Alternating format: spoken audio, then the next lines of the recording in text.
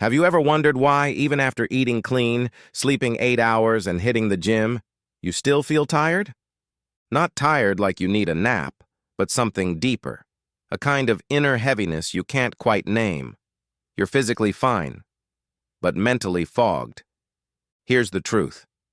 We live in a world obsessed with detoxing the body, cutting sugar, fasting, green juices. But almost no one talks about detoxing the mind. And yet, that's where the real weight hides. We carry a mental load no one sees. The overthinking loops, the constant second-guessing, the self-criticism playing quietly in the background, the emotional noise we've normalized. It doesn't show up on blood tests, but it shapes how we show up in life. It's the reason we snap at someone we love, the reason we feel numb in moments that should feel meaningful. It's why rest never really feels restful. You see, you can optimize your physical health and still feel like a mess inside, because you haven't cleared the one space that determines how you experience everything else, your inner world. And here's the wild part. Most of that inner clutter didn't come from trauma. It came from accumulation. Tiny moments you didn't process, words you didn't say, emotions you didn't let yourself feel, thoughts you kept thinking because they were familiar. Mental clutter doesn't scream. It whispers. It hides behind a busy schedule, a full inbox, a fake smile. But you feel it. In your distractions, in your restlessness, in the quiet moments that suddenly feel unbearable. That's why this isn't about escaping life. It's about finally hearing yourself again. So let me ask you, when was the last time you cleaned your mental space? When did you last hit pause? Not on your phone, but on your thoughts. Because if we don't take time to clear the emotional noise, we'll keep living like machines, doing more, achieving more, but feeling less. And that's not life. That's survival. This journey isn't about becoming someone new. It's about remembering who you are when the noise stops. You don't need to do more. You need to carry less. Let's begin. Let me ask you something. When was the last time your mind was quiet? Not just your surroundings, your actual inner world. No buzzing phone, no podcast in the background, no half-formed worries echoing from yesterday. Just silence. Hard to recall, right? In today's world, mental pollution is a daily experience. We're bombarded with information, headlines, opinions, ads, reels. And even when we're not online, our minds keep chewing through the leftovers. That article you read 3 days ago, that subtle criticism from last week, that anxiety you still can't quite name. And we wonder why we're tired before the day even begins. The truth is, we're not just overstimulated, we're spiritually overcrowded, and it's not our fault. The modern world has trained us to keep our bodies optimized, but left our minds cluttered. No one teaches us how to create space inside. But here's the invitation. Take 1 hour a day, just one. No screens, no music, no stimulation. Let the world go quiet. At first, it may feel strange, even uncomfortable. We're so used to noise, silence feels like something's missing. But that discomfort? That's the beginning of clarity. That's your mind trying to exhale after holding its breath all day. And here's where it gets powerful. When you cut the noise, your dopamine system begins to reset. Your nervous system calms. Focus starts to return. You stop feeling hijacked by every ping and pull and begin reclaiming your attention. Want a practical step? Start with your digital space. Audit it. Who are you following? Who's speaking into your thoughts every time you unlock your phone? Unfollow anything that feeds anxiety, comparison, or outrage. Turn off unnecessary notifications, set your phone to grayscale, walk outside without headphones. Be unreachable for a little while. Stillness isn't something you stumble into.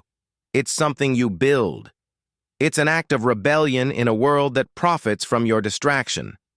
And when you choose it, something beautiful happens. You start hearing yourself again. Not the panic voice, not the echo of everyone else, but your real thoughts, the ones that matter, the ones that lead you back to what's real, what's yours, what's next. So ask yourself honestly, what noise have I been allowing in that no longer deserves space in my mind? What would it feel like to finally have room to breathe again? This is where the mental detox begins, not with doing more, but with carrying less. And it starts now. Let me ask you something. When was the last time you actually had a new thought? Not a worry recycled from last week. Not the same old fear dressed in different clothes. Not that inner voice rehearsing what you should have said, what you could have done. Just a genuinely fresh thought. The truth is, most people aren't thinking. They're looping. It's not their fault. The brain is wired for efficiency. It favors the familiar because it saves energy. But what saves energy can quietly cost us peace. That's why we can be sitting still, in silence, and yet feel completely exhausted. Not because of the present, but because of what we keep replaying from the past. Mental detox isn't just about silence. It's about disruption.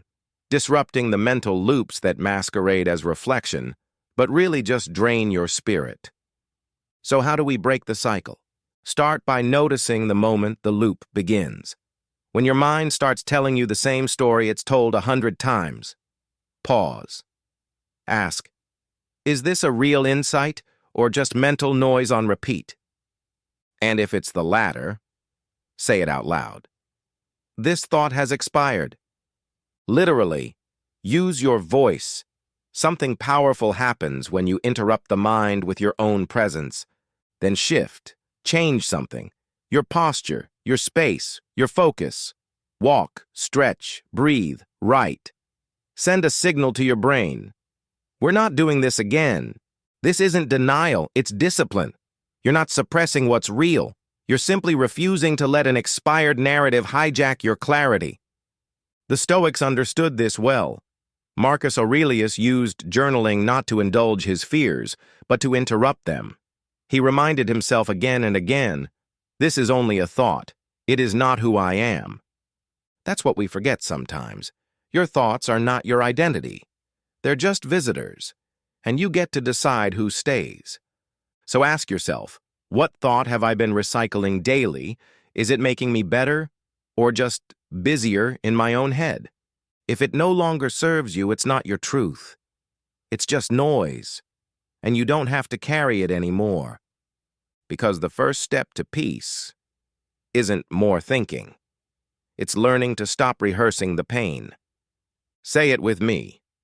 This thought has expired. Let me ask you something real.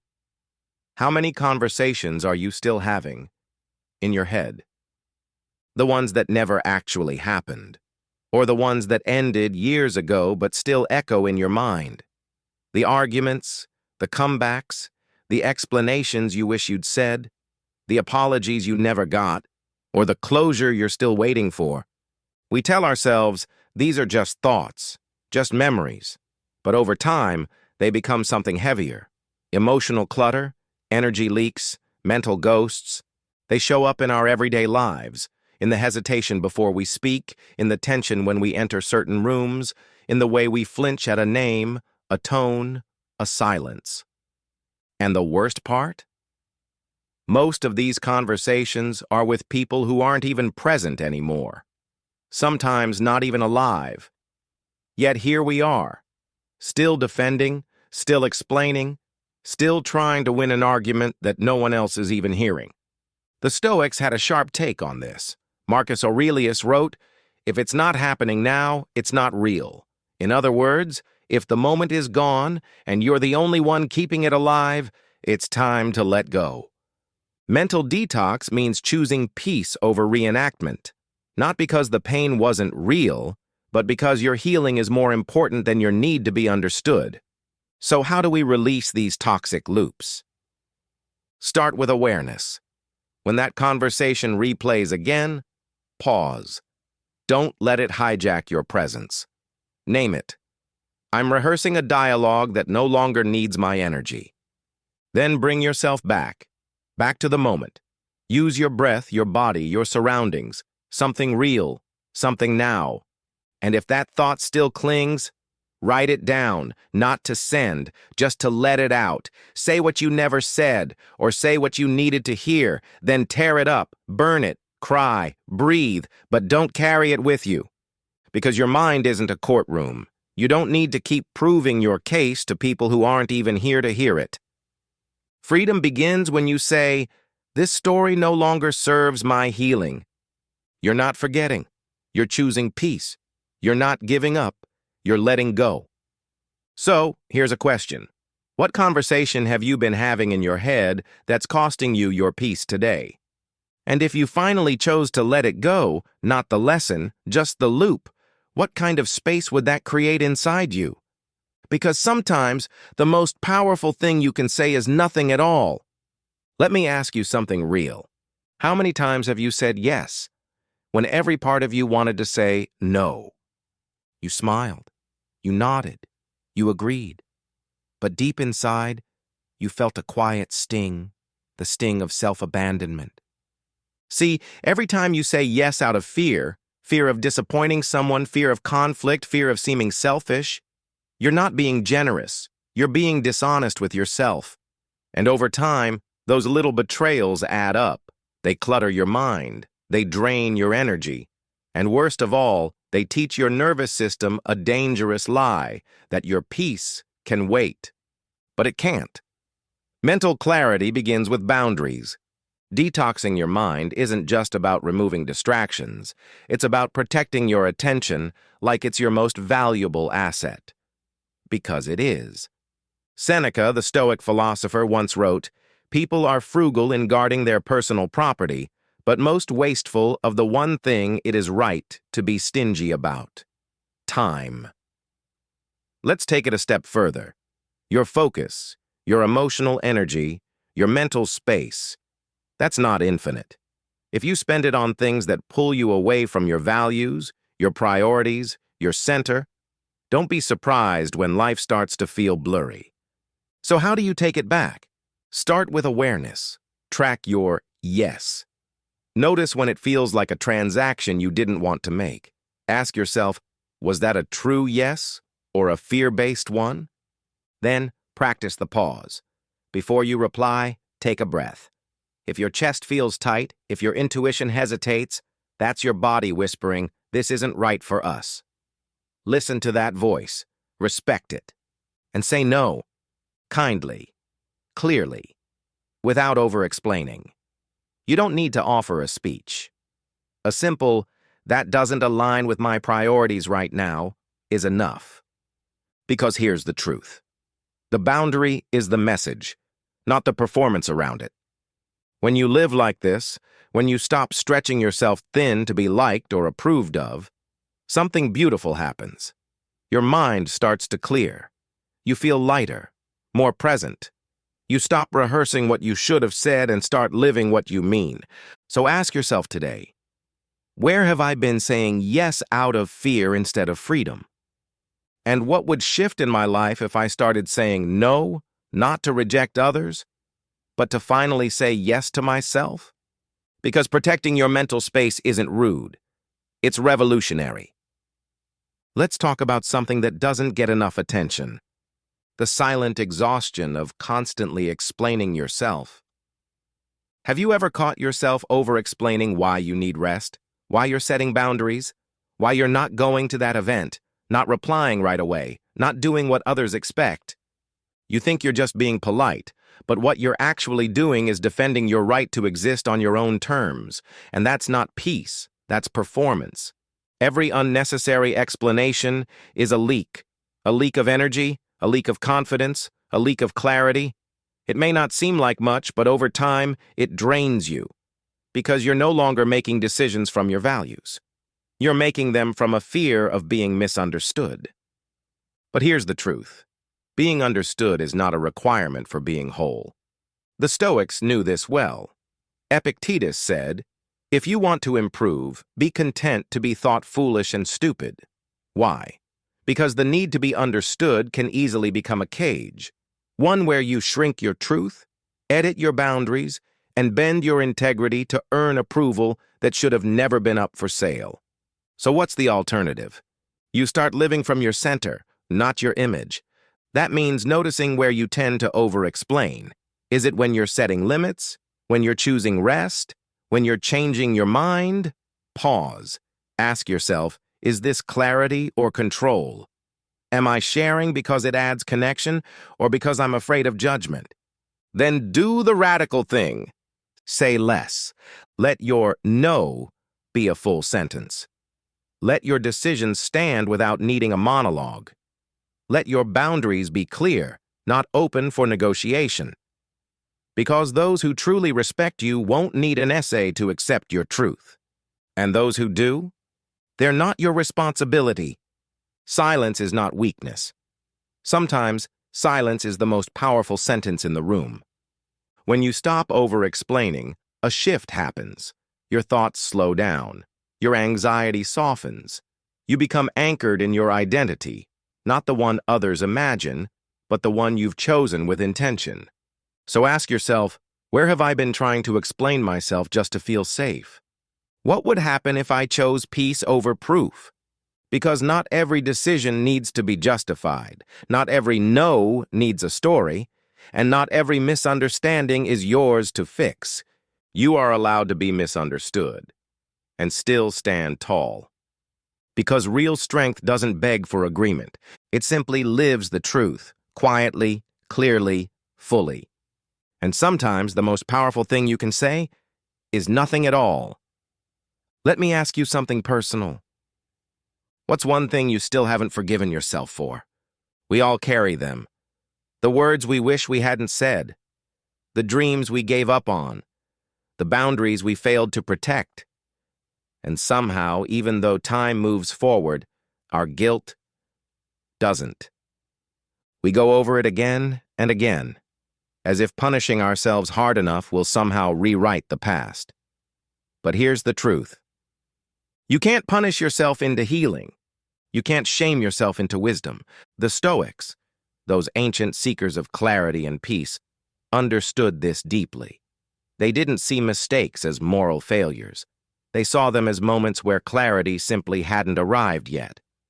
Seneca said, "Ignorance is the cause of fear." And what is self-judgment if not fear turned inward? Fear that you'll never outgrow who you were. Fear that redemption belongs only to those who never mess up. But you have the right to evolve. Forgiveness isn't about excusing what happened. It's about refusing to let it define you. So here's the practice. When guilt whispers, don't ignore it, but don't bow to it either. Ask yourself some honest questions. Did I know better back then? Was I safe enough to choose differently? Did I have the tools I have now? If the answer is no, offer grace. If the answer is yes, but you acted out of pain or fear, offer compassion. This is not about avoiding responsibility. It's about meeting your past self with understanding instead of cruelty. Because the version of you that made those mistakes wasn't trying to fail. They were trying to survive with the awareness they had. And that version, they don't need punishment. They need closure. They need you, the wiser, calmer, more grounded you, to finally say, it's okay, you didn't know, but now you do. And that now is where power lives. Because true healing isn't about fixing the past. It's about no longer living in it. So ask yourself gently, what part of me have I refused to forgive? And what has that refusal cost me? Who could I become if I stopped dragging my old self through punishment disguised as reflection? Forgiveness doesn't mean forgetting. It means choosing peace over shame, growth over guilt, and the present over a past that cannot be changed. And in that choice, your mind finally exhales, your spirit finally rises, and the real journey forward begins. Let's talk about something most people never consider. What if the version of you you're still trying to maintain is no longer serving you? We all have roles we've played to survive. The perfectionist, the people pleaser, the rebel, the overachiever. At one point, these identities helped us feel safe, seen, or simply get through a chapter in life that required armor. But here's the catch.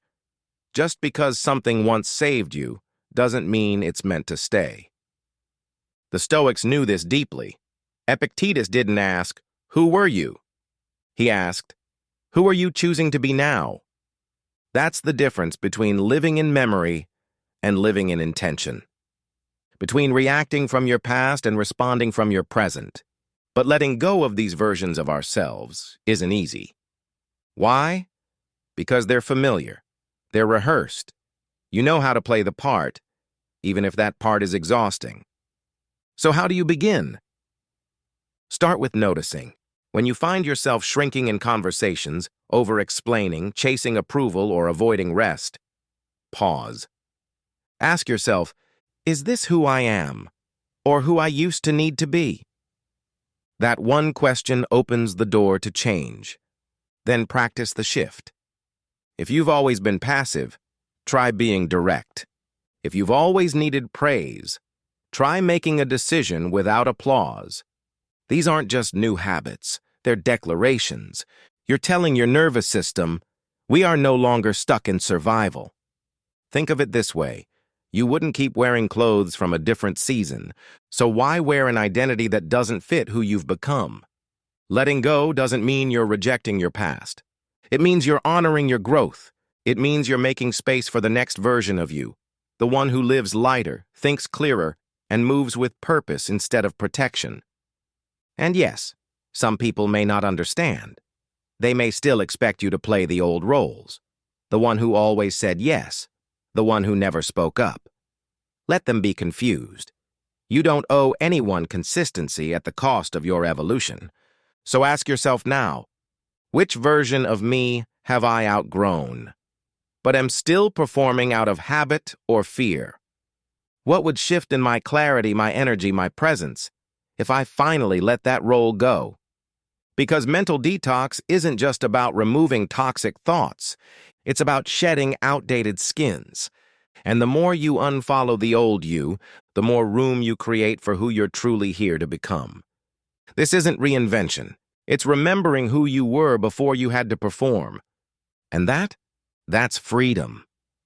Let me ask you something real. Are you working? Or are you running? Because there's a subtle trap that's so common in today's world, we don't even recognize it anymore. We glorify productivity. We wear our busyness like a badge. But here's the hard truth. Not all productivity is healthy. Sometimes it's just performance, an escape wrapped in accomplishment. You see, there's a difference between working from clarity and working from fear. One builds, the other hides. Many of us are taught to measure our worth by output. How much we checked off, how fast we responded, how perfectly we kept everything together. But inside, we're not present. We're fragmented, stretched thin and exhausted. Not because of what we do, but because of why we do it. The Stoics saw this coming long before smartphones and endless to-do lists. Marcus Aurelius, a Roman emperor, wrote, "If you seek tranquility, do less, or rather, do what's essential and do it with presence." It's not laziness, it's wisdom. Because doing everything doesn't make you powerful. Doing the right things, fully awake and fully here, that's power. So how do we step off the hamster wheel? We start by creating space that isn't tied to achievement. 10 minutes a day, no phone, no goal, no multitasking. Just being. Sit with your coffee and actually taste it. Talk to someone and don't look at the clock. Eat lunch without checking your inbox between bites. Breathe. Not because you finished a task, but because you're alive. This isn't anti-productivity. It's intentional productivity. It's remembering that your life isn't measured in checkboxes. It's measured in presence, in connection, in moments you were actually awake inside your own skin. And if the thought of slowing down makes you anxious, good. That means you're touching something important, some old belief that says you're only valuable when you're moving. But healing begins when we question that belief. When we say, I'm allowed to be still. I'm allowed to matter even when I'm not producing. So ask yourself, am I working to create something meaningful or just trying not to feel the discomfort of stillness? Because if your days are full but your heart is empty, you're not winning, you're just avoiding. Productivity should serve your life. It should create space, not consume it. So today, pause, not to fall behind, but to catch up to yourself. And remember, presence isn't what happens when you finish everything. It's what happens when you remember nothing is more important than being here. Let me ask you something bold. Are you still chasing a goal just because it's been on your list for years? Here's the thing. Not every goal deserves to be completed. I know that might sound like quitting, but sometimes wisdom is knowing when to release, not just when to persist. There are goals you set when you were younger or afraid or just trying to prove something to someone, maybe even to yourself. But now, you've changed. You've grown. And the goal hasn't. And yet, you feel guilty for letting it go. Why? Because somewhere along the way, you attached your identity to it. It stopped being a direction and became a definition. But here's the truth. A goal that no longer aligns with who you are today is a distraction, not a destiny. We talk about mental clarity, about detoxing the mind, but we rarely talk about the silent stress of dragging around old dreams that no longer fit the life we're building. You know that feeling. When thinking about a goal doesn't excite you, it drains you. When you keep postponing it, not because it's hard, but because it's not right anymore. That's not laziness, that's your intuition speaking. And it's time we start listening. The Stoic philosopher Seneca once said, "If a man knows not to which port he sails, no wind is favorable." But he also believed, if the port no longer makes sense, change course. So, how do you know what to keep and what to release? Simple. Audit your goals. Look at each one and ask, does this still align with who I am today? Not who I used to be, not who others expect me to be, not who I was when I was scared or proving something, but me, here, now? If the answer is yes, recommit with clarity. But if the answer is no, let it go with grace. Not out of failure, but out of maturity. You didn't give up. You grew up. And here's what happens when you release outdated goals. The guilt fades. The mental fog lifts. You make space for goals that reflect your current wisdom, your current season. And those goals? They have energy. They pull you forward instead of holding you back. So ask yourself, what am I still chasing just because I used to want it? What would shift if I stopped defining my worth by a finish line that no longer matters? Remember, detoxing the mind isn't just about clearing out toxic thoughts. It's about releasing expired dreams, so you can finally live for the version of you that's ready to be born. Let's talk about something most of us silently carry, the pressure to know everything, to have the answers, to be clear on the plan, to always have it together. Maybe you've felt it. That voice whispering, I should be further by now. I should have healed. I should know exactly where I'm going. And when you don't, that same voice doesn't offer grace. It tightens its grip. But here's the truth. You're not behind. You're in progress. This pressure isn't clarity. It's fear wearing the mask of ambition. It's an inner rush to meet a timeline that maybe was never yours in the first place. Think about it. Who told you that you need to have it all figured out by 25, 30, 40? Who set that deadline? Was it your soul, or was it society? The Stoics didn't chase perfection. They chased presence. Marcus Aurelius, one of the most powerful men in history, wrote, "Don't waste what's left of your life in guessing what may happen. Live each moment with clarity, integrity, and grace." Not certainty, clarity. There's a world of difference between demanding to know the outcome and choosing to show up for the next step. You don't need to have your entire life mapped out. You just need to take the step that's right in front of you. So, here's the shift. What if, instead of panicking about the big picture, you gave yourself permission to be unfinished? What if your timeline was allowed to be yours, not theirs? Start with presence. Trust your pace. Trust the unfolding, not because you've surrendered, but because you've matured enough to know that real clarity doesn't come from rushing. It comes from releasing. When you let go of the mental static of "I should be more," you create space to hear what your life is actually asking of you now.